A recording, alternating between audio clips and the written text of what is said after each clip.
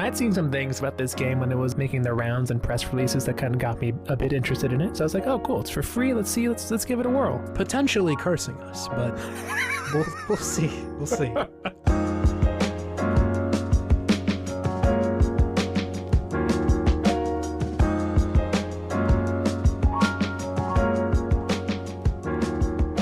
Whoa, video games.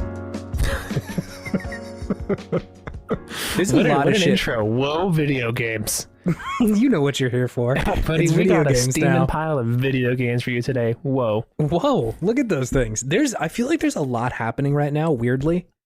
December is usually such a quiet time for gaming, but like between the Game Awards and a game that I'm going to talk about, it's a weird moment in video games right now, David. It's busy. It is. Yeah, there's a lot going on. There's a lot going on. The big announcements happening, some surprises. It's good. It's been a good time. Since the last time you and I talked, Hades 2 has been announced, which is so fucking crazy. I'm into it. That is outrageous. Yeah. I'm ready for it. You know how I feel about Hades. Yeah, this podcast is a monument to how many weeks you have played Hades. I played a lot of Hades. It's in like half of our episodes. Is it really? There was like a stint of like 30 episodes where it was like, I am playing Hades, and then whatever other games you were playing. I should go back and look on our website about how many episodes we mentioned Hades. I know, it's not a bad idea. It's on there, podtimism.com. You can check that out there. You had the power. Whoa, hi, it's Video Game Podtimism, the Optimist video game variety show where two best friends talk about the wonderful world of gaming. And it's wonderful right now. My name is Chase. My name is David. And we do this podcast. This is the one we do. In case you were wondering about which podcast we do, it's the one that we're speaking on right now. Yeah. Just in case anybody sort of got lost or they don't know which other podcast we do or other catalogs. We have been known to be guests on other podcasts. Yeah. You know, pod floaters, just kind of wandering around from pod to pod. Pod floaters. I've been drinking like a hot toddy every time we record, and it's like really led me down the right path, I feel like. It's such a good time. Like, it is so cold in Seattle, and the sun goes down at like 3 o'clock, not really, but at like 4. And man, a toddy just warms the soul. I feel you. I'm totting it up right now. It's actually a kind of a chilly day in Santa Barbara. So yeah, this is warming my bones too. In my it's sweet really nice. king sweater. Light the beam, David. Light the beam. LTB, baby. Have you been playing video games, David? Yes, I have been. Could you tell me about which ones? Probably the game I've been playing the most of right now is actually Marvel Snap. Yeah, it really starts to take over your life at a certain point. Yeah, I've been delving deep into this game. It really does a good job of keeping you going and just stringing you along and giving you little accomplishments, little rewards here and there, just doling them out very judiciously, but in a very steady pace to just keep you hooked. And beyond that, the gameplay is pretty fun too. You know, it's all your favorite Marvel characters and more in this game. And they did a really good job of making a card deck building game bite-sized and still interesting mechanically and from a gameplay perspective. So it's actually a pretty impressive game, I think, in how it's changed the flow of this type of game, which is usually known for being like these, 30-minute long battles of attrition sometimes. Yeah. Right? Whereas this game is not that at all. It's just play your coolest cards, do something cool, and then see if you win. So yeah, it's a lot of fun. The upgrade tree is really great. Right, where you they give you like a cool voiceover every time you upgrade a card with like frame break or 3D Shiny logo. Shiny logo is my favorite because you're right that like 3D and frame break, they all sound cool, but for whatever reason, shiny logo always sounds so goofy to me. It's just a goofy thing for a voiceover announcer to say. It's like you just pulled it out of like a gachapon machine or something, like popped open this little capsule. Oh, shiny logo. That sounds like a good name for like a band or something. Shiny Logo. That is a good name for a band. I like Shiny Logo. Yeah, and their logo is actually just matte. It has a matte finish. That's how they get you. That's how they get you. But no, the game's fun. I'm curious to see how long it keeps me entertained, but it really does a good job of giving you new cards pretty regularly to mess around with. And each card definitely is like, oh, I could do something different with this. So it's just fun to kind of hot swap out things and see how it plays differently. And just switching one card can really make a big difference to your deck and how you play. So it's pretty strategic and interesting how you can really focus on doing, you know, just like on reveal cards and just like pump those bad boys up, or do like a bunch of like one cost cards in your deck and just hope that you pull like your really powerful like 6 cost card that like makes them super OP. So it's fun. It's capturing all the parts of Hearthstone that I liked without the staggering amount of time and money that Hearthstone would cost sometimes, which is for sure a nice breath of fresh air truly in this genre of game. Do you know what collection level you're at? The little like green level? 39. Okay, gotcha. Also, when do I start playing people who are good? There's a lot in the beginning that I'm like, how many of these are bots? Because I think that like for probably the first at least like 10 to 20 matches, I was pretty convinced that most of those were bots. Yeah. Like I'm in Iron still. I bet by like 20, you'll be playing people that you're like, this is definitely a real person. Every once in a while I play as someone who's a real person. But then they snap at me. And I'm like, you're about to lose this next turn, dude.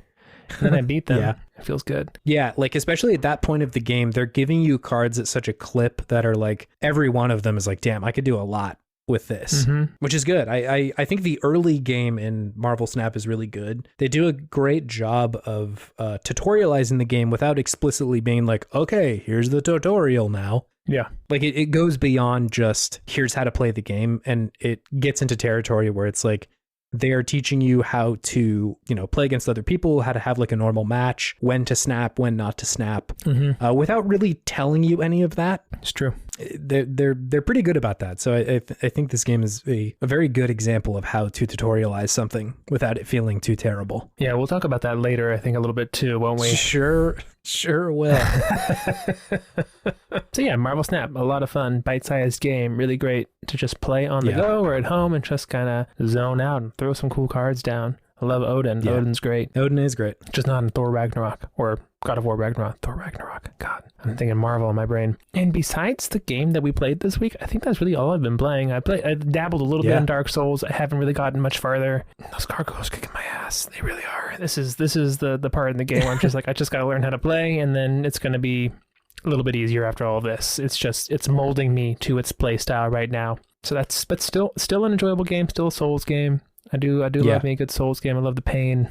I love the brutality. It's good for you. It's good. It's a good game. And then I will mention, I did relapse a little bit, Chase. I did relapse a little bit. Okay, hold on. Hades? Yeah. Oh my God, another episode where David has played Hades. I just did a run because they announced Hades 2. So I was like, yeah, that's a good reason to go through another run of Hades as far as I'm concerned. To see what's good. It's true. So yeah, it's still a very fun game.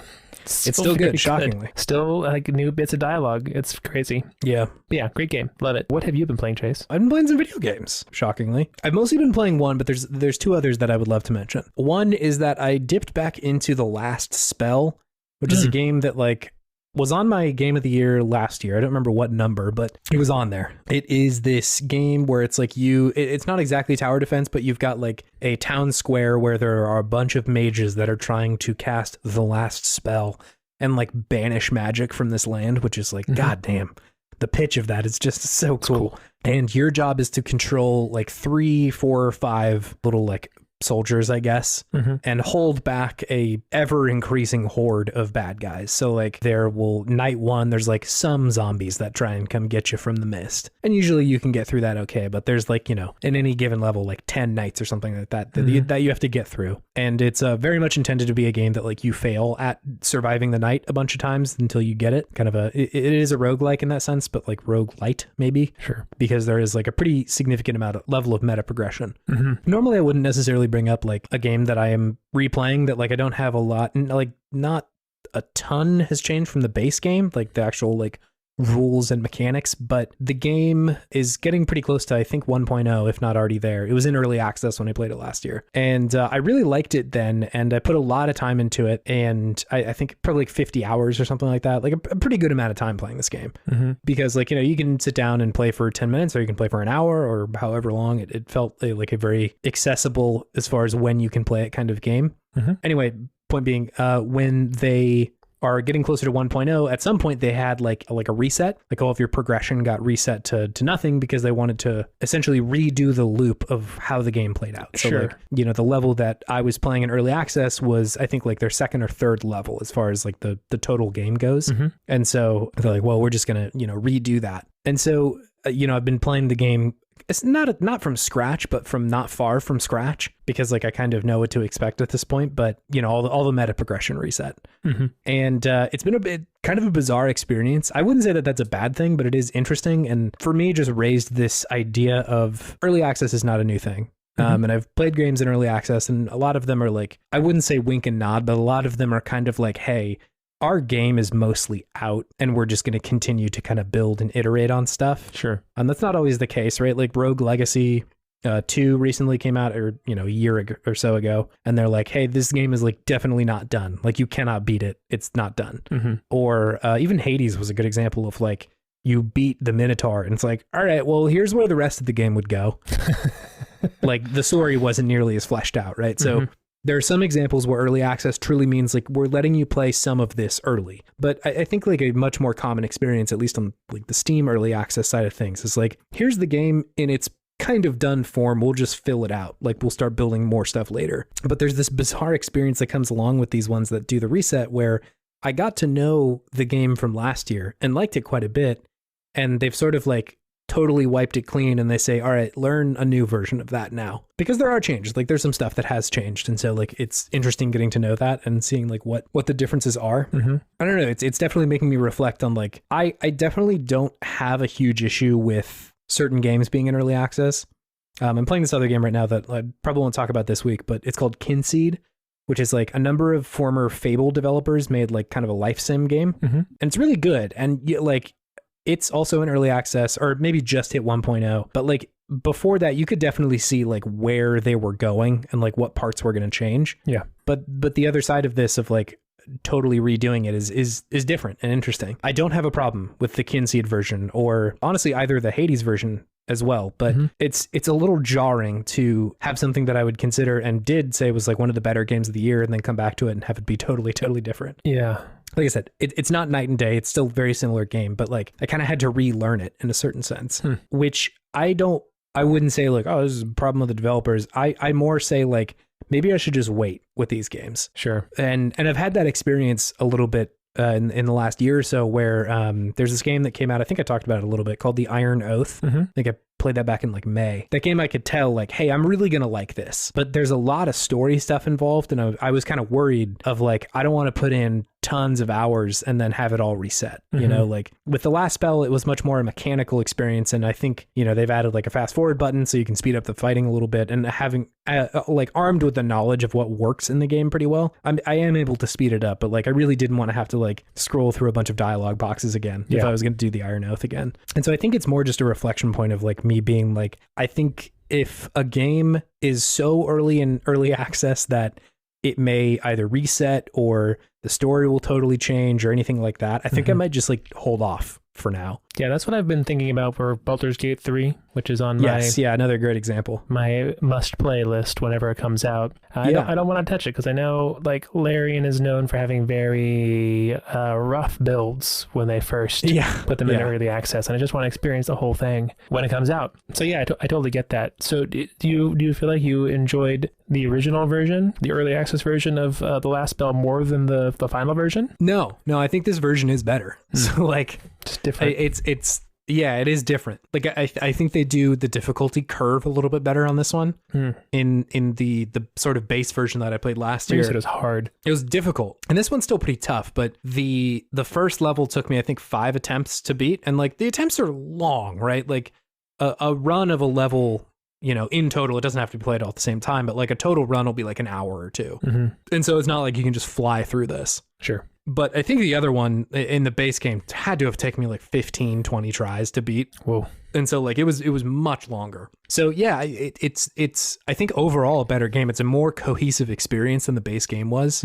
And so I think like I may have liked it more had I played it on release, you know, because like I think it is doing a lot of good stuff. So yeah, I think just overall I may try to make a better assessment of like when this game is going to come out or how much could change, because I want to just like praise these games as much as I can and be like, look at this thing, it's incredible. And like I have definitely a tolerance for like progress reset and shit like that, but I could see somebody being a little bit more frustrated about that. Sure. So yeah, an interesting situation. I'm still playing it and I'm enjoying it quite a bit. It's definitely a game where I'm like, okay, I have like half an hour. Let me just play a little bit of this and see what's going on. Still a good game, but just a little off-putting to have it be so different and to lose your progression. I'm not even sure I would go as far as off-putting. It's just a strange experience that's like very 2022 game development, you know? Sure. Like you either have these games that come out, like we talked about Cyberpunk last week, that were not ready to be out. Yeah. And they were in their full release, or you have games that I think are in some ways more honest in saying like, this is early access, the game isn't done. But then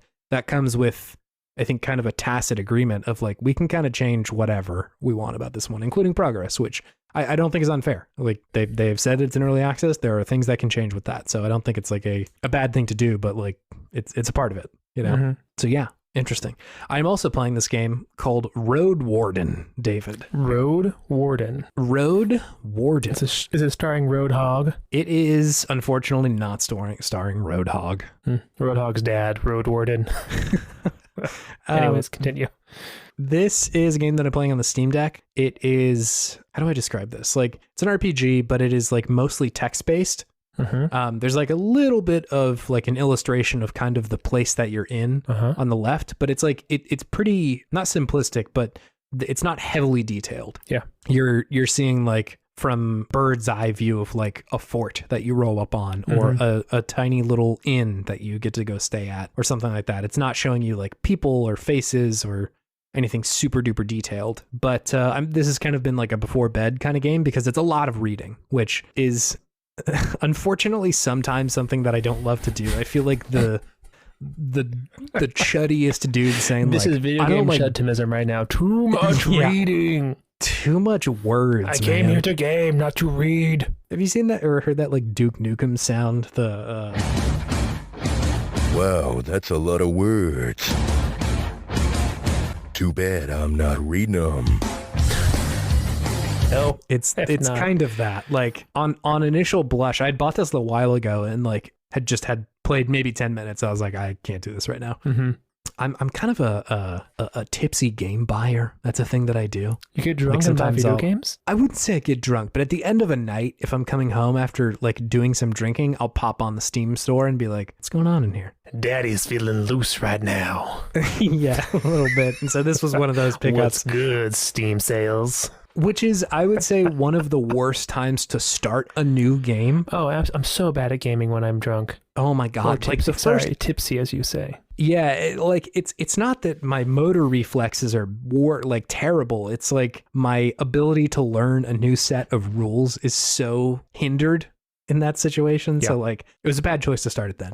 And I was just like kind of sleepy the other day. I was like, I bet that would be a good game to do before bed. And it is. You essentially are playing this person who's like a road warden, which is, I don't know if it's like a scout is the right word, but you're essentially this person who has been, I guess, contracted or hired by the government of these like larger towns to go and like scout the roads and make sure that like things are okay out there. Is this like a post-apocalyptic? Is this like a little bit? Yeah, I think it's a little light on the details initially, which is I think is pretty cool.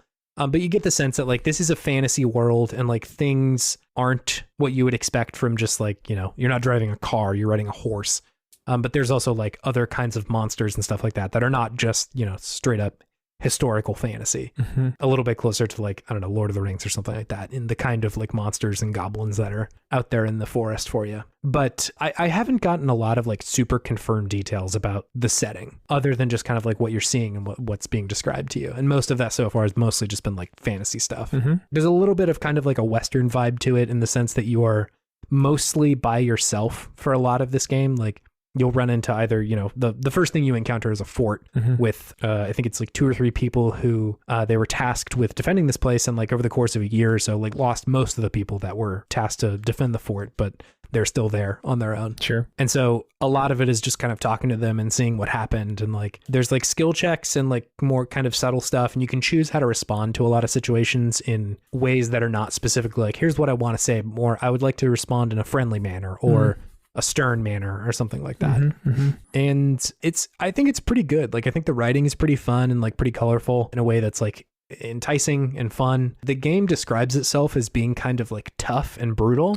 And so I turned the difficulty just to the lowest it could possibly be. Sure. Cause like I'm enjoying that the fact that like I have a mission and I have a thing to do and like there could be danger. So I'm trying not to like make stupid decisions or anything like that, because the game offers you a lot you can do, but it's also pretty clear that like you don't need to exhaust every dialogue thing. Like sometimes you don't want to ask that question, you know?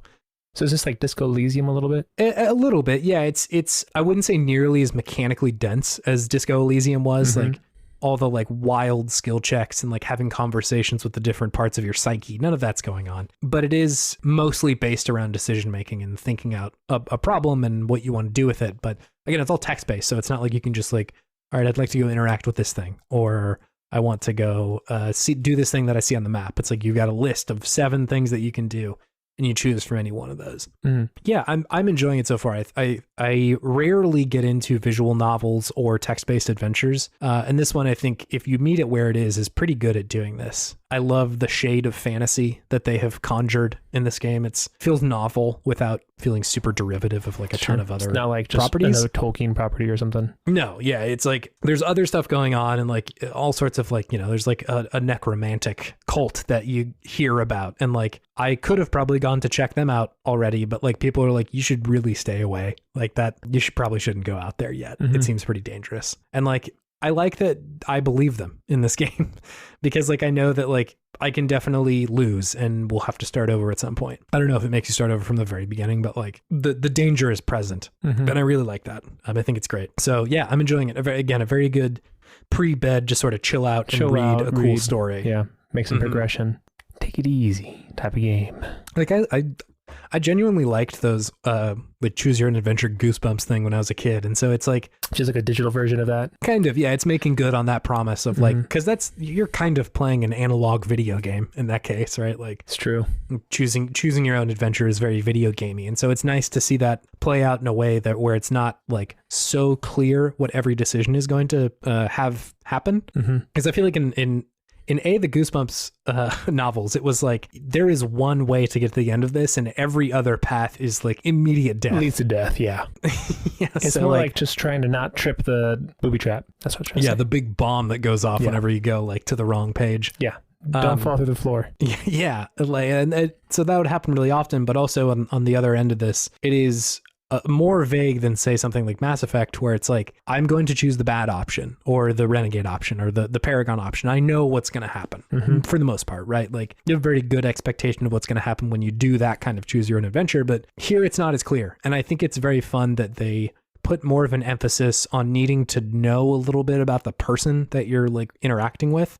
Like one of the earlier instances of this is that I talked to one of the people at this fort. I was like, hey, I'm going to go to this inn. Is there anything I need to know about this place? And they're like, not really, but like just kind of be like straightforward with the guy who runs the inn. Like he doesn't have a lot of tolerance for like jokes and like, you know, giving people to run around. I was like, okay. And then, you know, half an hour later when I make it to the inn, totally forgot about that, but interacted with the like person guarding the gate, open friendly with them, just like kind of, you know, playing around. They're like, hey, jokester, that's great, but also be serious when you get in there. And so it reminded me like, oh yeah, somebody else said that. I probably should like not be weird to this guy. Yeah, let's just be normal, straightforward. Yeah. And so when I got in there, I gave him kind of the straightforward answer, and he was like, all right, well, I have some like leftover food if you want to eat that. And I was like, perfect, great. And it's nice that the game is not explicitly telling me like, hey, here's the bad option or anything like that. It's just know the person you're talking to and respond to the situation accordingly. Yeah. So do or don't. The choice is yours. It's fun. I like this game. Very cool. The final game that I've been playing, David, and the one that I've been playing by far the most. Yes. It's this game called Chained Echoes. Whoa. What is this? This game is really fucking good. Ooh, all right. Hit me with it. Yeah, so this is a game that I knew very little about. I think I'd maybe seen like a preview or something at it, like way back when, but like was not tracking this at all. And it popped up on Game Pass, and I was like, hey, I think I remember, you know, seeing some stuff about that game. I want to check this out because Visually, it looks a lot like a kind of a SNES era RPG, JRPG specifically. Chrono Trigger. Yes, I think the visually Chrono Trigger is like a very good comparison. Sure. You can see your sort of characters walking around the overworld, and the battle system is also like you just enter into it in the overworld rather than like flying into another screen or something. Gotcha. And so visually, I was like, I didn't think I like that. That looks pretty good. And I like fired this game up again. It's on Game Pass, so if you're interested, check it out. It's in your subscription. Mm-hmm. Holy moly, this game is good, David. Holy moly. Hold the guacamole. This is a good game. Sir, take that guacamole and put it back. I need to play video games right now. Throw that guac on the floor, sir. I'm a gamer right now. You gotta chill. Throw my $3 extra on the floor, sir. Sorry, continue. So this was made by this dude named Matthias Linda. And he, like, I was reading about this because I wasn't really sure like what exactly the deets were here, but he said he's contracted out some of the backgrounds, like art and the music, but by and large, it's just this guy making this game, which is a shocking thing to be true, especially when I'm playing through this and like it's just so good. The game opens up and it does this kind of fake out where you like wake up and you know your mom is like, hey, dude, ready to go on your adventure today? It's a big day.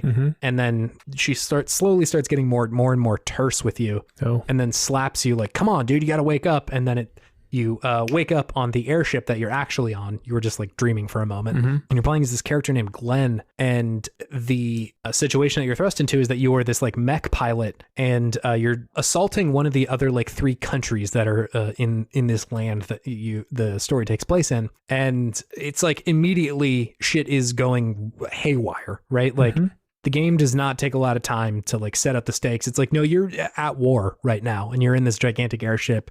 And also you're a mech pilot with a good friend of yours. Time to go. And so like it teaches you the mechanics of like, okay, here's how the battle system works, which I will get to in a second. Here is, you know, how you run around the overworld and how you interact with shit. But it's all framed in this like really intense and high stakes situation, which I really, really love. I love that it's just immediately hit you, like you hit the ground running with what's going on in the story. And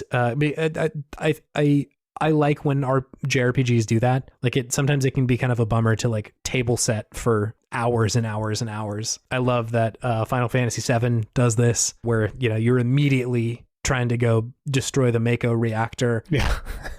Even like Final Fantasy X, right? Like it's not the same thing because you do play Blitzball for a second, but like shit breaks bad pretty quick. Mission 1, kill God. Yeah, Sin shows up. What's up, man? And so I like when they're just like, no, like let's get you in there pretty quick, because I think world building is effective when it happens over the course of like 50 to 100 hours, especially with JRPGs. And so like just hook me, get me in there. Yeah. And this game does that really, really effectively. And the end of this prologue essentially is that you beat this like boss who's going on and on about how this like orb that you're trying to steal and destroy as a way to like stop the army is this thing called a grimoire, which you're just like, I had no fucking clue what that is. But when you as the character Glenn hit it and like destroy it, it causes like kind of like not a nuclear explosion, but like a gigantic big bomb goes off and like just totally wipes out this like city that you're assaulting. Oh my gosh. It's like, you know, the prologue ends with this kind of like text explanation, and they're like, you know, tens of thousands of people got wiped out. It's like when the chorus girl blew up a planet with her brain. Kind of, yes. Odd comparison, but definitely true. And so the game sort of kicks off in earnest at that point, and I think it takes place a number of months later, but essentially the 3 nations after this like terrible disaster have at least told each other, hey, we're at peace now. That was too much. We're going to come together and stop being at war. And you start playing as like this kind of at first daunting number of characters, but all of them immediately are very, I would say, well written. Like there's not a lot of like stuff going on necessarily, but like you get a really good sense of who these people are, right? There is a princess that doesn't necessarily want to be in the castle all the time, and so she's taken her like, I guess, personal guard, and they're like out trying to like stop crime and stuff like that. Cool. Which is great. It's really fun. There's this like thief girl named Sienna who's like just incredible and like is like kind of in a bad way with this like gang of thieves. And so like immediately her story kind of kicks off there, and she's very compelling because like it's obvious that she is self-interested and makes decisions based around that very often, but like you get the sense that more is happening underneath there. But like I'm just so interested. Like, please give me more backstory. Give me more. Let's go. Of course, Glenn and his friend, it's like Killian, I think is the other person, show back up somehow. I'm assuming that they will explain that at some point because like they were at the epicenter of an explosion. But they show back up. There's an incredible character named Victor who's like a playwright, like incredibly famous playwright. Like everybody recognizes him. All right. But somehow he's like 500 years old. Whoa. That's like barely touched on, but like he's of some kind of race of people that live like super long lives. And so the story kind of kicks off from there. And the inciting incident is that there's this attack on the castle that they're in. It's one of the capital cities. I can't remember which one, but there's this big attack of it seemed like some kind of like demonic monsters or something. And like the politics of it start playing out immediately of people being like, this nation is going to say that we attacked them and they have no choice but to respond in kind. And like it just kind of kicks off this like political theater thing. And it's just like at least up to this point, I know exactly what the stakes are and what's happening with my group of characters. And it's really good. Like initially they're just like, okay, I need to get to this part of the country. And so we have to go across the border now. Like we have to go. And so your whole party goes out there to do that. The border's of course closed because like shit's fucked. And so you kind of have to find a way around it. But it's just, it's very good. And like just on the surface of it, the story is compelling for me. Like I'm very invested and interested in what's happening. I think the other like very incredible thing about this game is just the decisions that they've made. I guess this guy has made about how the battle system should work. It's so good. It's so good, David. So it is turn-based combat. That much is like you would definitely recognize what's happening here. You've got some spells, some attacks, you can defend, you can use items, right? Like that's all very standard stuff. Yes. I think the big twist that he's put on this is that after every battle, no matter if it's just a random mob out in the field, you will heal back up to full health and magic. Everything goes back up to 100%. That's nice. And so it's really nice for a couple of reasons, right? Like you don't have to carry around 100 potions. You do have like healing items, but it's just for use in battle, right? If your party's getting lower, you can use some healing items to get you back up or to restore some of your mana. But by and large, it's not the kind of normal exercise in resource management that some JRPGs can fall into. Yeah, that's a nice quality of life upgrade. It's really good. And there's this other thing that they've chosen to do that is like, for anybody who plays D&D, the game essentially runs on like a milestone based level ups. So like whenever you're fighting out in the world, you get like SP, which is like a very small amount of kind of experience that eventually you can use to level up certain skills. But when you when your character gets like more HP or more attack, that only happens after bosses essentially. So after every boss, you get like 1 point that you can use to, upgrade like an actual skill. Like maybe you get a different kind of arrow that you can fire now. Just your attack goes up. You can choose to do that too. But as a result, with the battle system, with all the healing and then this like milestone based leveling up, the mobs and like the monsters and the bosses are just tuned within an inch of their life. Like the difficulty in this game feels so good because it's not a game where you need to grind a lot. It's not a game where you need to run out and get 10 levels before you can fight the boss. It is a game where the battle system is twisted in the sense that like if you're dying a lot, you need to figure out what you're doing wrong with the fight. Like there was an enemy that I just kept getting fucked up by. It's this like Venus flytrap looking monster that in certain circumstances, when you use a certain kind of skills, it will take all of your health down to 1 HP for everybody in the party. Dang. And I was like, God, like that is really rough. And it took me a couple times to realize like, oh, okay, I'm approaching this fight wrong. Like there is a way to do this. And like, I hate to make this comparison because it's so trite, but like, it feels kind of Dark Souls-y in the way that like... Yeah, there you go. The Dark Souls of JRPGs, huh? Yeah, where the difficulty is intentional, but once you see what they're doing, it is a lot more obvious how to handle it. Yeah. Like you can't let your foot off the gas in a lot of situations. Like you really do need to treat every single mob like they could kill you because they can, right? There's no insignificant fights in this one. Everybody can get you if you're not paying attention. And so it makes the battle system a lot less about like just wandering through a bevy of random encounters. It's like all of them are kind of a puzzle and you need to remember how to approach these puzzles, right? Like, and there's plenty of quality of life stuff, right? Like if you pull up an attack and you're looking at one of the pig monsters, it will remind you in the bottom, hey, this guy's weak to fire. And so, you can use you can use Len to go and use her fire spear and get it and it works very well. And so like all of that just culminates in this feeling of a game that has changed something that I would consider like not fundamental, but it's in a lot of JRPGs, is random and frequent encounters that give you experience, right? And oftentimes in games that have taken away getting experience from random encounters, I've been like, that doesn't feel super good, because then it kind of takes away the weight of fighting any random encounters. Absolutely. And I'm like, I would just rather prefer to not. But because you can see these guys on the map, like you can see them kind of wandering around, the little enemy mobs. So like, you don't have to fight them, but it also makes it feel like, no, I know how to beat these guys, or like I know how to solve this puzzle, right? It is not, I'm just strong enough at this point. And so it ends up feeling really satisfying to me of like, I feel like I did it. I beat the boss, or I beat the mob because I know how to approach them, or, the lineup of characters that I've got in my party are working in the way that I want them to,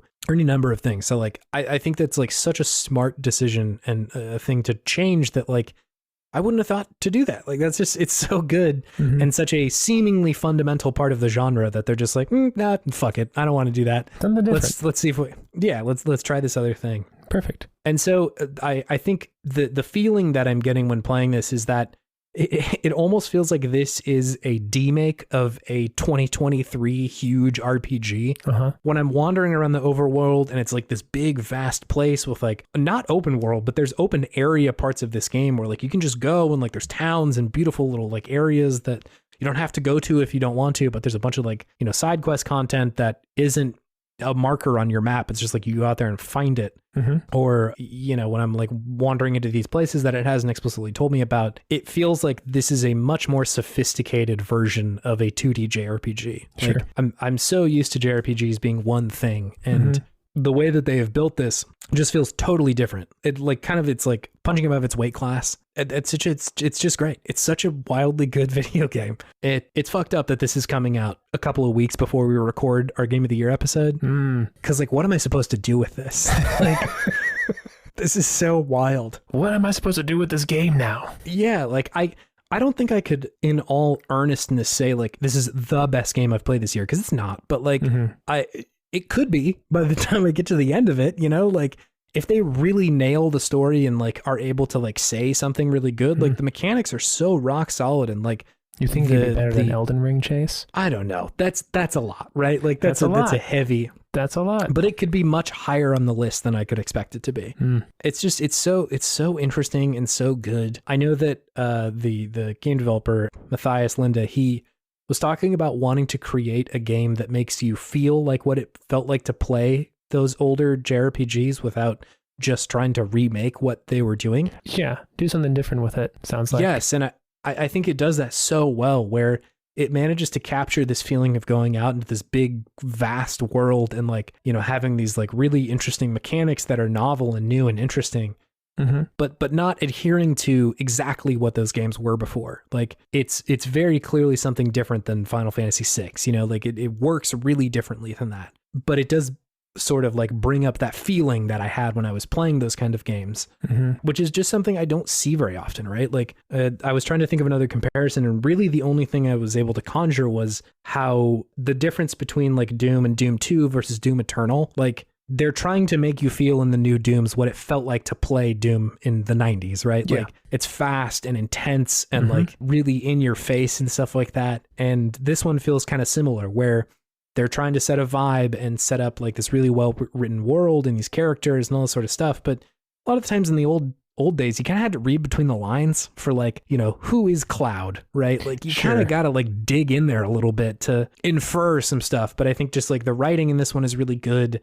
And the world building is really good. Just literally the setting is just like gorgeous and beautiful. So like it's a wild game, David. I'm like shocked that this just like came out, like just sitting there on Game Pass for anybody to play. Yeah, it's shocking. It's also on Switch, which I think like would probably be a really good place to play it. But like I'm just so far in to the Xbox version at this point that I'm like, fuck it, I'll just play it here. Let's play it. Oh man, it's really good. Can I also just show you the battle theme? Please. The theme music for the fights. It's really good.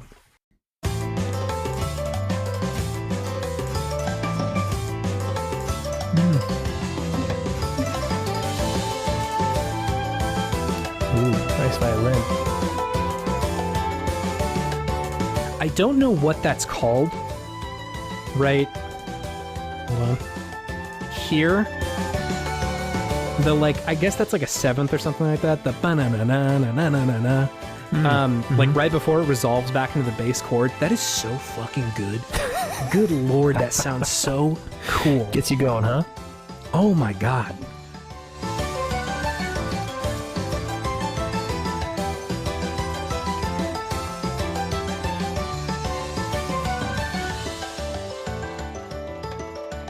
It's so good.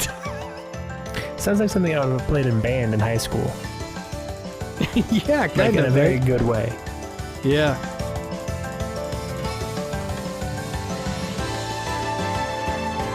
I'm so into this. Like, every time I get into a fight, I'm like, fuck yeah. Like, I get to listen to this music. Let's go. Let's rage. Yeah. God, it's so shocking that this game is as polished as it is. Mm-hmm. Because like so many parts of it, I'm like, God, like it's hard to do one of these things right. Mm-hmm. It's hard to code a game this well. It's hard to make music for a game this well. It is hard to make the visuals or the vibe or the characters or anything this good. And there's like a dude and some contractors that pulled it together. It's shocking. It's so wild. Awesome. I don't have a lot of other words for it other than like, whoa. So yeah, Chained Echoes. I don't know what I'm gonna do with my GOTY list.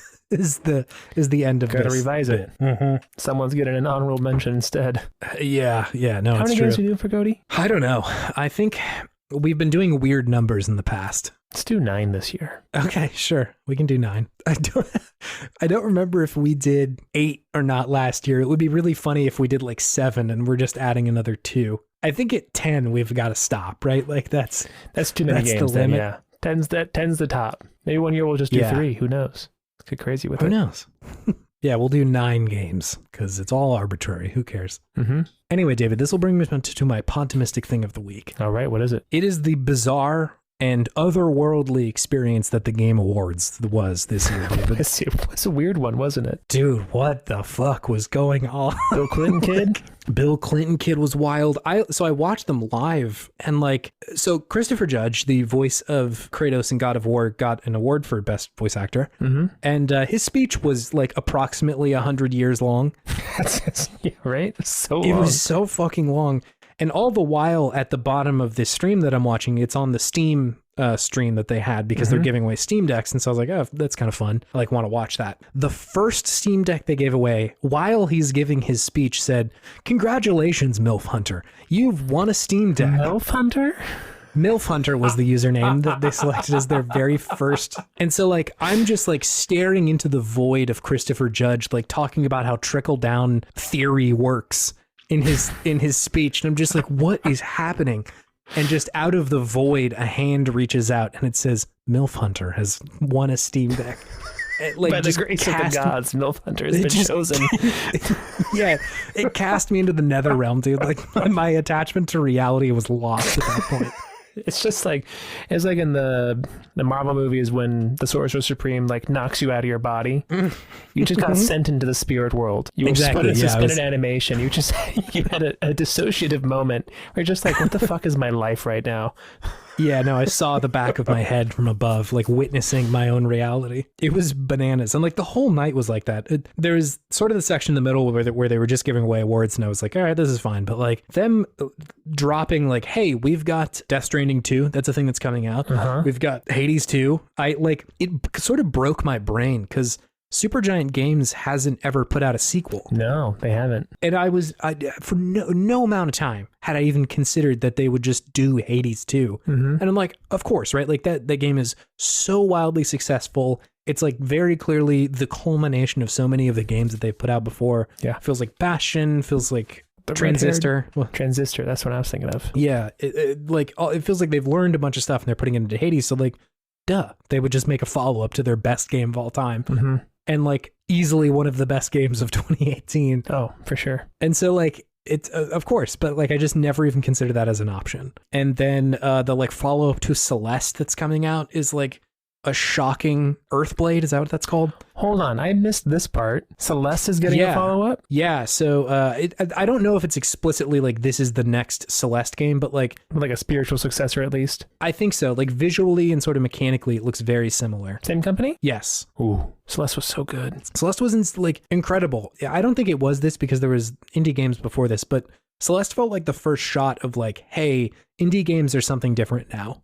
Mm-hmm. Of like they are both mechanically very good and satisfying, and also they're saying something, right? Yeah, absolutely. Like, of course, there's so many examples of that before it, but for me, at least personally, in my experience, I was like, oh yeah, shit, why can't indie games say something good, not just be like a mechanical experience? Yeah, same people that made Celeste is their new game Earthblade. Earthblade, that's a cool name. Yeah, very good. 2D explore action game in a seamless pixel world, is what they say.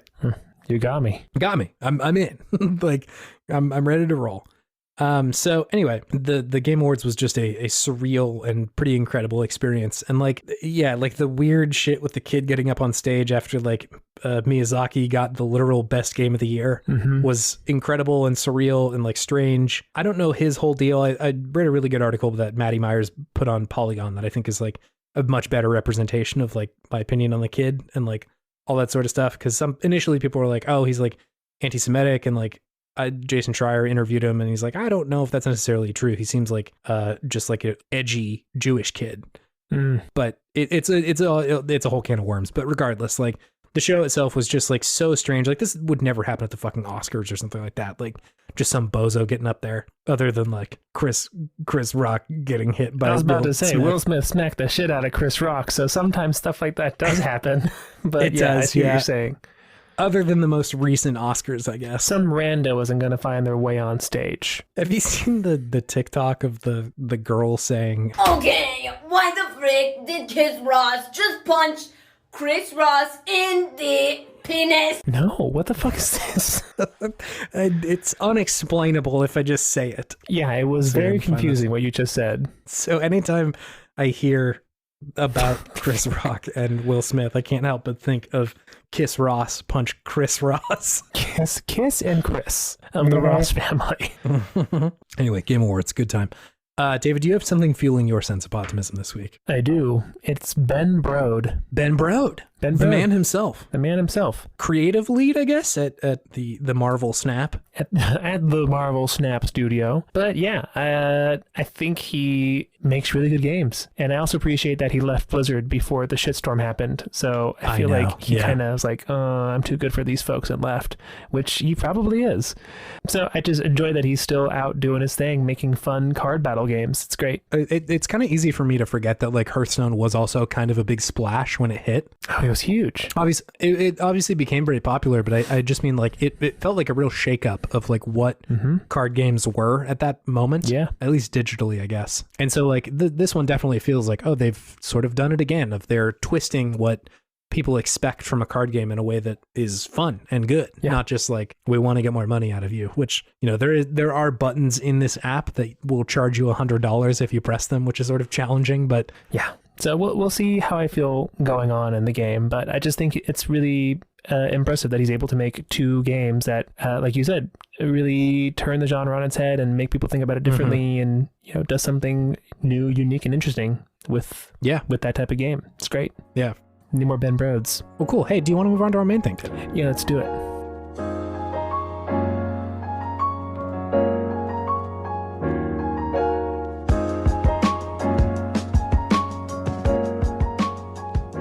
Hey, it's Good Games. It's a segment where we talk about the okayest games of yesteryear and gush all the things that we love about them. Although this one's more of the okayest games of yesterday today. Yeah, a recent release this week. Yes. David suggested, hey, there's this PlayStation Plus game that's out this month. Why not play Biomutant? I'd seen some things about this game when it was making their rounds and press releases that kind of got me a bit interested in it. So I was like, oh, cool. It's for free. Let's see. Let's give it a whirl. Potentially cursing us, but we'll see. We'll see. And then on that day, David put forth a terrible curse on the podcasters. Their fate was sealed. Their fate was sealed behind the fucked up face of a biomutant. This kind of weird kitty cat thing. Pretty much. Before we get too far, David, can I hit you with some hot stats about Biomutant? Please. Hot stats.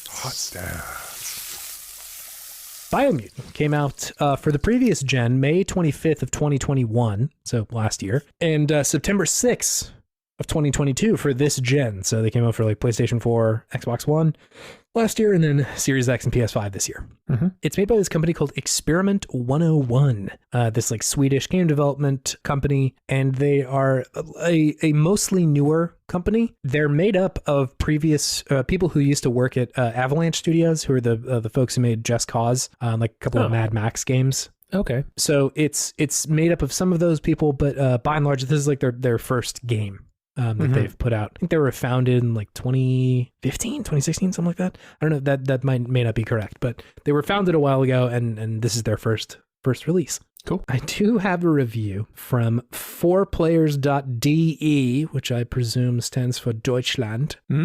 So this is a German outlet. I've taken their review of Biomutant and I've run it through Google Translate a number of times to properly mangle it up and fuck it up good. Fuck this up good.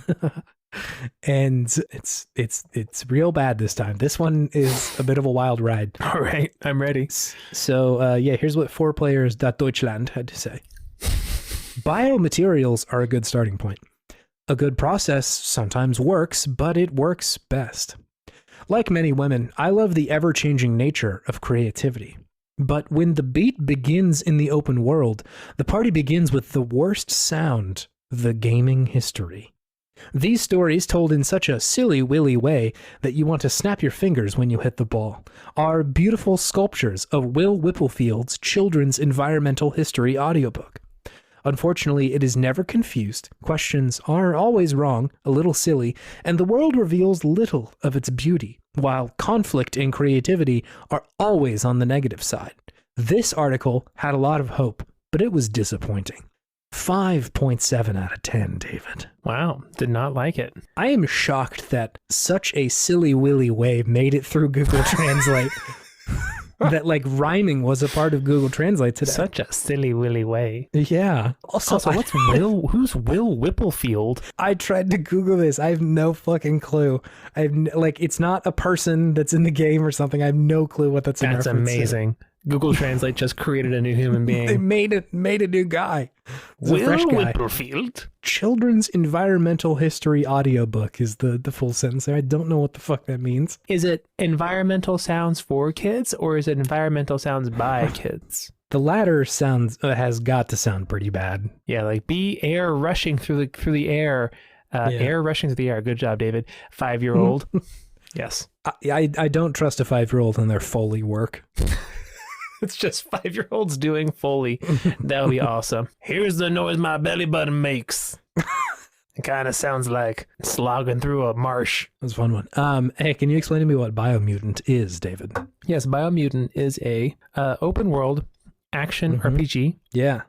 Where you play as a biomutant, which is one of a variety of different creatures, rodents. I would say rodent mutants. Rodents have it's been the apocalypse. Humans have killed themselves through climate change, essentially, and poisoning the world. And rodents are the only things that have survived, and they have mutated into one. All the species of rodent have mutated into one like giant, mighty species of rodents that now rule the world with their guns and their Wung Fu. Why Wung Fu?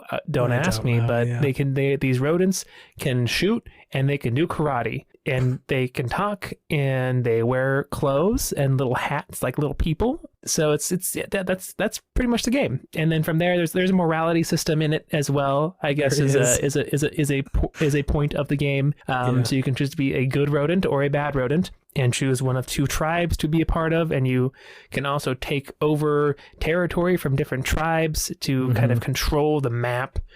So there is like a territory expansion component to the game as well. But yeah, you are the chosen rodent who is coming back from the outside lands, the great concert out in the beyond the Great Wall, and you are there to put things right, whether that's destroy the world or save it. There's like some story about like the life tree, which is like some tree that the life tree is a special tree that they planted, and fed like these weird burrito looking animals to, or fed the tree burrito animals that made it really strong and powerful for some reason. Yeah. And now it has these 4 really big roots that these world eater monsters, they call them world eaters, are gnawing on, and you have to kind of go and either help them eat the tree or keep them from eating the tree. Also, your mom invented one fu.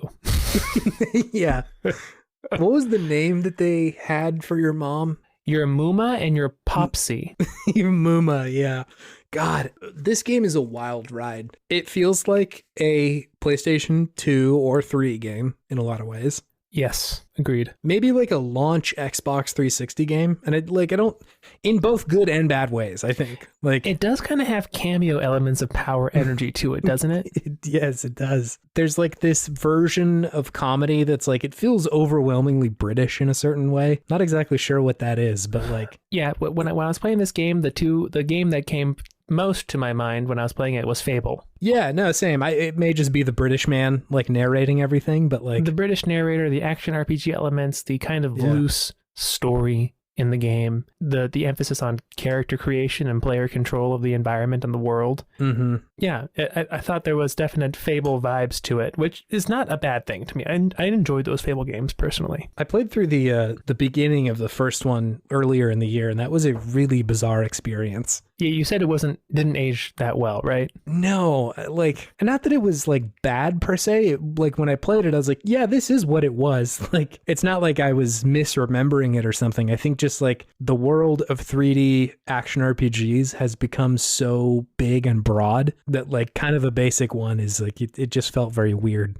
Mm-hmm. So I think that one of the characteristics that I remember like a lot from that era of games was like this real need to like tutorialize every inch of the video game. Yes. Yeah. And like, man, this game really indulges in some tutorials, David. The first couple hours are tutorials. It's a lot. Like, and so here's the thing though. Like I like the world of the game. Like, I think it's fun, and like this take on like kind of a post-apocalypse, like that's cool, right? Like it's got a Horizon Zero Dawn flavor to it of like sure this leftover ruined world with is rodents instead of people. Yeah, exactly. And like that's not bad. That's cool. Mm-hmm. And like when the game takes its hands off and I'm just kind of wandering through that world, it's fun. Like it's interesting and cool and pretty, and like it's a cool world that they've built. But man, they really love to get in front of you with a lot of that stuff. Like I understand tutorializing combat. Like you got to do that, right? Like it's hard not to say like, okay, here's how you hit stuff, and like the presence of guns is such a strange addition, but like yeah, they got to teach you that. It feels almost Matrixy in the combat. Yeah, like a John which is Woo guns movie and or kung something. fu Yeah. and like melee weapons, right? Yeah, because like the physical combat doesn't, it feels kind of not Dark Soulsy. I would say closer to like any of the earlier action RPG stuff. Like there's a dodge button, which is really important. No, but like dodging is a really important part of the game, and like, you know, your attacks take a little while. It's not super quick. Mm-hmm. It's faster than Dark Souls, but like it's not quite as quick as like, you know, the first couple God of Wars or something. Absolutely. And so like I understand having to tutorialize all that, but like me, oh my, like you get into the open world and it's like, here's a town that just got ruined. Let's go talk to that guy. And then you go talk to that guy and it gives you like 4 text boxes on like, here's how you interact with somebody. And then it goes into a flashback where they teach you how to craft. And I'm like, oh man. Yeah. And like I was trying to do this like kind of exercise where I was like, is this the tutorial that I don't like, or is it the game that I don't like? And I think it's just the tutorial, because at a certain point I was like, I would like to know what it's like to not have this stuff. And so I just was like slamming through dialogue and skipping every single cutscene. Yep. And like the game was pretty fun at that point, where like you go into the town, it's like sort of bizarre, and like the game essentially says like, hey, you need to go talk to one of these 2 clans, and just over explains the ever loving hell out of it of like, here's the direction you need to go, maybe we should go this way too, but like skipping all of that and just trying to like wander through the path. I was like, it's interesting. This reminds me of Horizon. It reminds me of Breath of the Wild, where there's like this big sort of like blasted land that you have to go like wander through, and that's good. That part of it is good. Yeah, just kind of exploring the world is fun. Yeah, and so like it's very strange to have these like guardrails put up so often and so frequently that like, you know, maybe 30 hours into the game it's not as bad, but like holy moly, it was a lot in the beginning. Yeah, it was. I don't really have the issue in like God of War or Horizon Zero Dawn where Your party is constantly chatting at you of like, hey, here's the solution to the puzzle, you know? Mm-hmm. For whatever reason, that doesn't really bother me. Like, that's okay. I agree that like it's kind of grating and like, give me a second to try and solve it. But like, the game is still fun to me.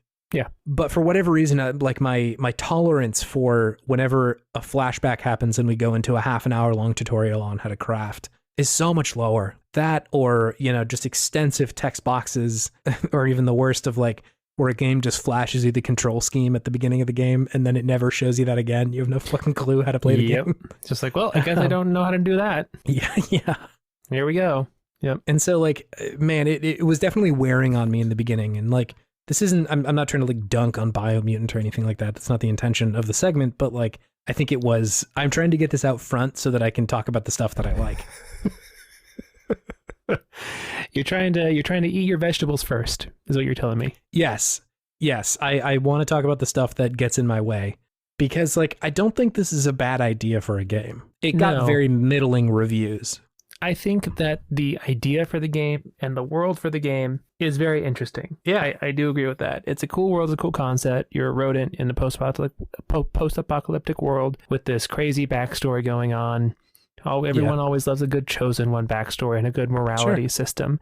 But at the same time, it still has to be, you know, like engaging to play the game. And that's where I think the game falls short, is like actually doing the gameplay mechanics, right? Yeah. Unfortunately, like there's some cool things you can do, but like I chose the Psy Freak class in the beginning, and it just felt very kind of, I don't know, wimpy. Like all my powers and my moves, I felt like I was running out of juice a lot and just resorting to going and hitting people. Sure. Yeah. I'm just like, okay, so I'm just gonna have to. The game is kind of like gearing me towards just putting a lot into like the strength category so I can actually do damage quickly, because the battles are just lasting a long time for me. Like it was you like these enemies are just tanking a lot of my damage and not doing much, and then I just have to retreat and shoot them again. And I don't know, it didn't feel empowering. Like I was this lone Ronin warrior that they were making me out to be coming into this world. So that was probably my biggest issue with the game. But like I said, I do love the world. I do love the silly world building behind it. And I did love taking pictures of my little gremlin. Oh my God, dude. Rat thing. What I can only describe as left me jump scares in my PlayStation inbox of just really close up screenshots of your chosen rodent who's like purple, I guess. He's purple for the kings, baby. Oh, okay. I didn't put that together. They just won a game that day, so I was like, purple it is. You lit the beam. Beam me up, baby. Wow. Yeah, you took like 3 screenshots over the course of a couple of days to send these to me. Every time I saw David sent you an image, I'm like, oh no, not another one. It's just that for some reason, my character has like this really kind of maniacal little smile always going on. He's a scampish little guy. He's constantly doing a DreamWorks face. As Chase would say. So whenever he's like wearing a little hat, just looking scampish. He's standing next to a dead body, just looking scampish. Yeah. So yeah, it was just that was probably the most fun I had with the game, was just finding different poses to put this little creature in, which was also very funny because Mallory, my girlfriend, hates raccoons. Oh no. And she's like, this thing looks like a raccoon. What the fuck is this doing on the screen right now? Get this out of here. This was probably a bad decision to play in front of you, but here we are. A couple of things. Well, yeah, definitely. Like the character creator is wild. I made my little guy. His fur was white, but he had these like red things, like kind of like bits around his eye. So he looked like Kratos. So I named him Krabos. Krabos. And went with like a strength class, which there you go. I did not have that experience that you're describing. The combat that I got into was really short. Whenever I fought dudes, it was like usually pretty easy to just go in there and whack them a bunch, and that usually did it. Again, for better or worse, like I get the guns. The guns are such a strange inclusion, and they, like the bullet time as well. Yeah, so it was just very weird, but effective to go up and hit a bunch, kind of dodge out of the way, shoot them a little bit, and then go back and like fight some more. I also turned the difficulty way down, so that may be what I'm experiencing. Because I was I like, only did medium, but I guess it shouldn't be that much of a difference. yeah. But anyways, But I did like once the game actually opens up into its loop, I think it's like fun. mm-hmm. So like, again, this is kind of a similar experience to what we were talking about last week with Cyberpunk about the actual game part of the game. Like, I wish I could just get in there faster. Yeah. Because I think what the game is doing well is its world building and like the space that it's created is interesting and fun. Like most open world games just star like a guy that you're controlling. It's just it's a person, you know, like it's either Ezio or Cassandra, which don't get me wrong, Assassin's Creed Cassandra is a good main character. Sure. Or Aloy, or any number of open world characters, but like it's all Nico humans, Bellic. right? Nico Bellic, yeah, good man. GTA 4 is a good game. I gotta play that game again. Second week in a row that's come up. You're invoking its name. Yeah, but it's fun to have it kind of turned on its head a little bit and be like, okay, what if something different? What if this was like a different setting and a different kind of character? And like, you know, I was getting shades of Kung Fu Panda with all the martial arts and stuff like that. Absolutely. Which is fun. And like that, there's no reason that needs to be a bad game. That's kind of a novel concept. And so it was just challenging when like it was just tutorial after tutorial and the game kept like kind of getting in its own way. Strange. I'd say that's probably the biggest thing about the game for me is that it kind of gets in its own way. Like just unleash the sci freak within me, and just let me do a lot of things. And like it gives you that at first, but it also just kind of hamstrings you with the key system. And like the things you can do are pretty cool. Like I unlocked this blink ability where I could like teleport and like blast people away. There's like a fire one that leaves like a trail of fire behind you, which was cool. And you can kind of trap people in there and create and like really damage them a lot, which was sweet. Yeah. I just wanted to be able to do that more, and I wanted it to do a little bit more damage for me. Yeah. Yeah. It because it felt like, oh, I can do this cool thing, but like it still doesn't do much to the enemies, and then I still have to do like a lot of gunplay and melee, which when I was creating my character, I'm like, okay, let's just do like intelligence build. Let's go all intelligence. Sure. Yeah. And so it made my character feel kind of like, oh, why did I make him this way? Yeah. Even though he was pretty scampish with how he looked because of being made that way. So yeah, I think there are some really interesting things about this game. Like the powers you can use, and then some of the weapons were pretty cool that you could. I liked how you were like creating weapons from scraps and just making something that looked actually kind of cool with that. Yeah, it was neat. And now you're using like, oh, some things that have been scavenged from the past world and things that have been, you know, more created from now times, the present time in the game. But yeah, it's such a mixed bag with this game. I know, yeah. Because like it starts to reel you in, and then just something else happens. You're just like, I don't know if I could do this. Yeah, for sure. No, it's definitely a mixed bag. I felt a lot of different ways while playing it. Yeah, it was all over the place. It was all over the place. I think up to this point, like there was this big discussion, I feel like earlier in the year of like, you know, Elden Ring is going to change my perception of open world games after this. And I played Horizon after that, and I was like, no, this is still a good game. Like Horizon's still a fun game. And like, even though it is sort of adhering to these older design ideas of like, you know, bunch of stuff on your map, a lot of waypoints, you know exactly where you need to go, and the story's kind of playing out around you rather than like, you know, you going and like exploring and kind of finding the story that you want to find in a certain sense. And so anyway, point being like, I just was like, I don't know if that's necessarily true for me yet. Like if Ghost of Tsushima came out this year, I would still be like, that's a pretty fun game. I like the game a lot. Yeah. But I feel like this game has really like challenged that for me. I'm seeing the bones of this way of designing games, and like it is kind of tough because like a lot of the time when these games come out, they're like so polished. You know, like Horizon is like a wildly polished video game. Absolutely. It's like one of the better versions of that kind of open world. And so like so is Ghost of Tsushima and like all that sort of stuff. A lot of the Assassin's Creed are usually like up to that par, but this one, like, you know, just I'm not trying to dunk on it here, like isn't. It's not that polished. And so like it's interesting to play it and be like, okay, I like see why this is less compelling, because I was trying to make it into Elden Ring by like skipping the cutscenes and just blasting through the tutorials and like just trying to get myself in there quicker. Yeah. I don't know if this is possible, like just technologically, because it sounds kind of tough, but like I do wish there was a setting of like, I played some video games before. You don't need to tell me how to like do every little thing. Yeah. Yeah. Show me what the absolutely. hit button is, but like the rest of it, just like, it's fine. I Put got me it. in there. Put me in, Yeah. coach. You know, Elden Ring and Breath of the Wild for me at least, like, hey, it's hitting on this sense of discovery and exploration that is driven by my own curiosity, which is really, really cool. Mm-hmm. But I think the game just kind of like, after its initial little bit of tutorial, it just kind of lets you go. And Yeah. like, I think some people would call that trust in the player, but I think that's also just like good game design, like knowing where the limits of your world are and like how to intelligently sort of like push somebody in one direction, whether that's through tougher enemies or just kind of the actual physical design of the world, which I know is harder, but like, I feel like this game isn't so far gone from that. Like the world is still interesting. It's like so lush and pretty, and like, they're really not afraid to use color. And it's really like a gorgeous space sometimes. But yeah, I felt like I was playing like a Sly Cooper as far as like the tutorialization, or, Sure. you know, maybe that's not right because Sly is really good, but like a cameo, elements of power sort of thing.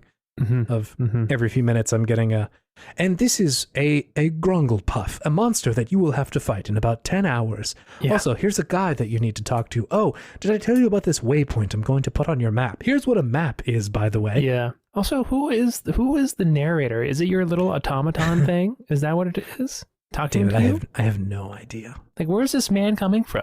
I saw the part of the game where I caught the automaton, and I was just flying through the cutscenes at that point, David. Yeah. Like, I had already made the decision that I don't think I'm here for the story part of this game. I do like the world, so I'm just going to focus on that at this point. Well, you don't want to avenge your Mooma and Popsy? Dude, the Mooma section was so wild. There's so many little, like, parts where you don't, like, I just wanted to go learn Wung Fu from my Mooma. Yeah. And they weren't letting me. They wanted me to do all these side quests. It didn't even quests. teach you that much. No, it sure didn't.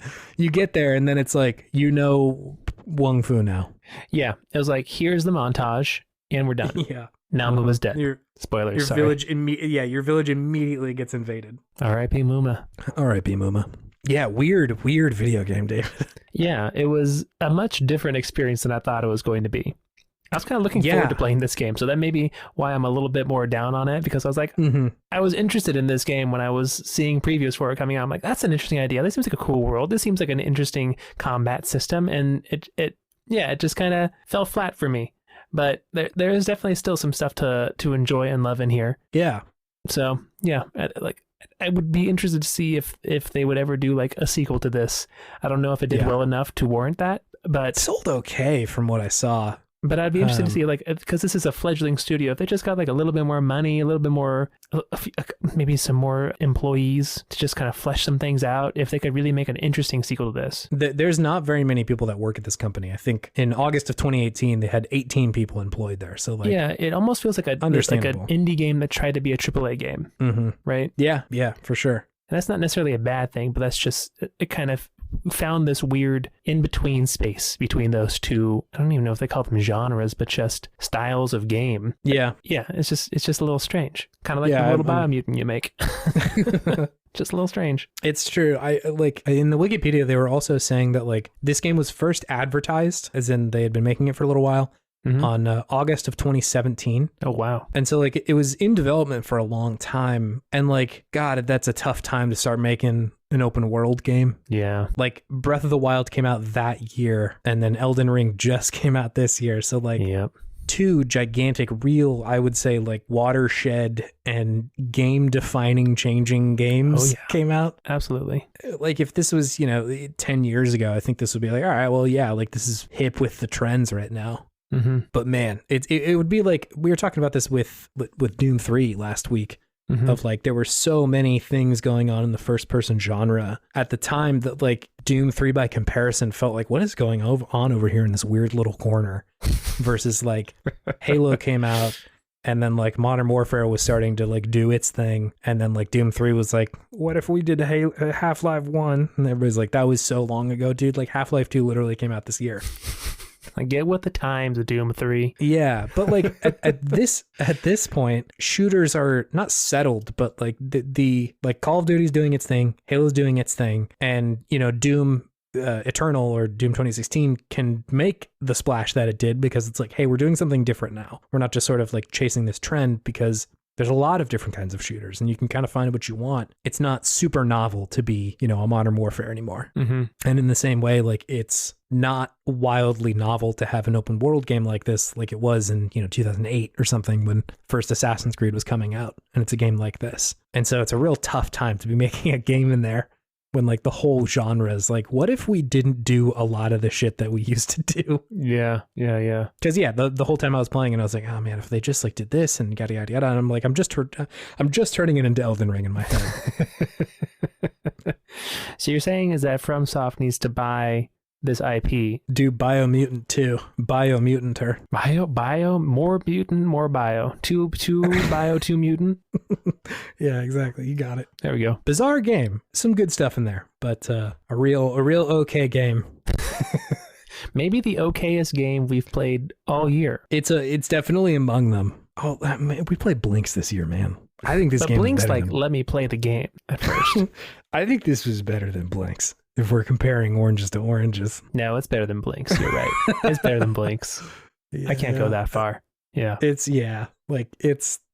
video games in there, you know? Which one would be a more compelling game if FromSoft bought Biomutant and did Biomutant 2, or if FromSoft bought Blinks and did Blinks 2? Or Blinks 3? They did a Blinks 2, didn't they? They did, yeah. The audacity to make fucking Blinks 3 a FromSoft game, David. Can you even fucking imagine? Like, I think the only way to do it would be to make Blinks the big bad, and he's like some Cthulhian time controlling horror. God, yeah. He's like turned evil, and you have to go fight Blinks. He's Blinks fallen the from grace. mad time sweeper. Oh my! That's such a wild idea. Be like if like fucking Bong Joon-ho was like, "Hey, I just bought the rights to Sharknado, and I'm gonna make a really good Sharknado." Excuse me?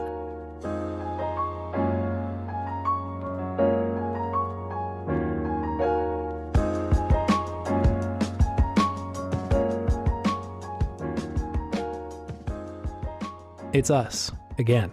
Hey. Hey. Hey. If you want to interact with us, you can do that at www.podtimism.com. There's a link to our like Twitter and stuff, if Twitter still exists by the time you're listening to this. You can suggest a game if you so choose for us to play. We will play it.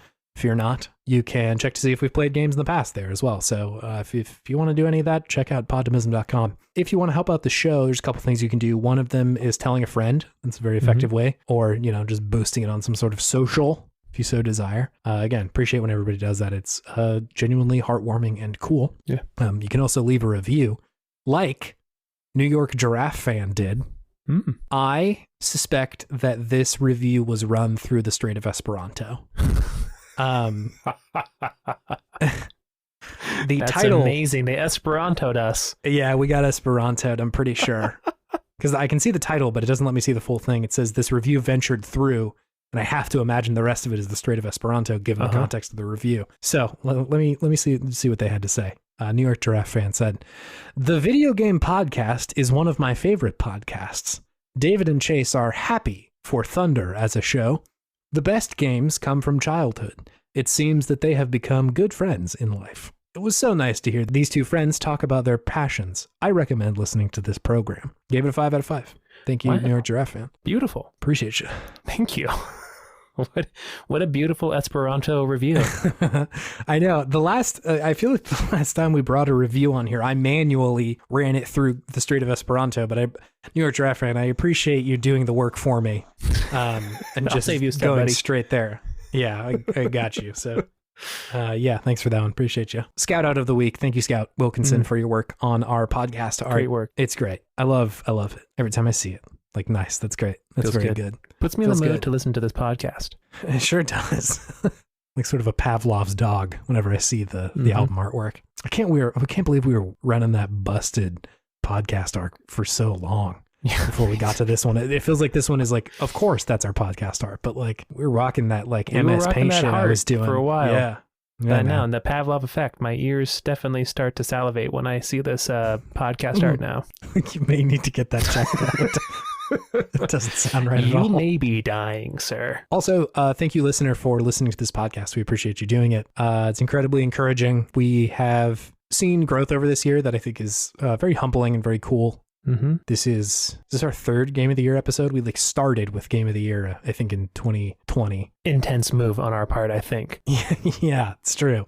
I can't remember if it was the very first episode or around there, but we started at the beginning of the year, and so we were talking about our best games of 2019, or our okayest, I think, was what we did that year. Just a couple precocious podcasters. Yeah, and so I at least for me, I think at the end of the year, it's always kind of a moment to be like, okay, where have we come from and where have we go, Cotton Eye Joe? And so it's a cool reflection point. Had to make a joke while I'm being serious, speaking my feelings Makes it into a easier microphone. to say. Yeah, it's very cool to see like the changes in the show, the changes in the listenership, and like people's engagement with it. Because like, you know, it's fun to record this podcast and I like doing it, but it's like I also really liked hearing people's like most meaningful game. That was really cool. Oh, that was so awesome. Yeah, that was really great. I love it whenever somebody like suggests a game, because it's just really interesting to see like what somebody has taken away from something that like they may have liked that is also definitely not the perfect game, you know? Because I feel like that's so much of people's experience with games is like the ones that really sometimes leave an impact aren't always the ones that you're like, yes, you should definitely go play this. It's like, you know, this weird, bizarre thing that I played, you know, last year or 20 years mixed ago. emotions on it. You're trying to figure them out. I think that's really cool. It's a fun celebration, and I liked, I don't know, getting more people involved in that this year. Cool. It's great. I'm sure we'll talk more about this at GOTY season, because right around the corner, we're going to record it, I think, next time. Yeah. Next episode will be GOTY. I think so, which is very intimidating. I gotta go and blast with that game, Chase, so you can put it on your list. I gotta play so much more Chained Echoes. It's a 100-hour game. Yeah, I think it's like 40, which is still kind of a lot. That's a lot. It came out like 4 days ago. So yeah, I guess just programming note too. We'll record GOTY, and I think that'll probably be our last episode for the year, and then we'll pick it back up after New Year's. So sounds good. We got one more episode left this year, listeners. Tight. David, do you have any gaming wisdom? Keep it tight. Keep it tight, man. Fuck yeah. Okay, why not? That's it for today, I guess. That's all I got. That's all I got. Yeah. That's okay. I'm okay with keeping it tight. Keep it tight, no light. You don't have to come up with more if you don't want to. Keep it tight. Have a knife fight with a Biomutant. Sure. It's a fun time. Make sure to spec into the warrior class rather than the psi. I wanted so much more from the psi freak. I feel like there aren't many like very empowering wizard games where you're just casting a shit ton of spells. Yeah, I need a better battle mage class out of a lot of games. Yeah, I just want to be blasting spells constantly. And like doing a lot of damage. I think any spell should probably be doing a little bit more damage than just like hitting. Yeah. I want to be a glass cannon, but it's actually like a cement cannon. I want to be a tough cannon. I want to be a cannon. I want to be a tough cannon. I want to live my best like Gandalf life. Yeah, let me wear heavy armor and shoot lasers out of my fingers like that. I really do need that. If there was a game that they showed a trailer for where you're some dude shooting lasers out of your fingers while wearing just like the heaviest armor, just like mowing people down, I would be interested. Yeah, I would be interested because there aren't lots of like empowering wizard games. No, that's a strange sentence. Yeah, that was a new one. Do you think that sentence has been spoken before? There aren't a lot of empowering wizard games. It's right on the precipice. That might have been said before, but it also might not. There's a chance. There's a chance that I spoke something new. Anyway, Biomutant 2 coming this fall from Miyazaki. I would play it. Yeah. I would definitely play that. We'll keep it tight until next week where we record GOTY. Sounds good. See you later, gamers. See ya. Bye. Bye.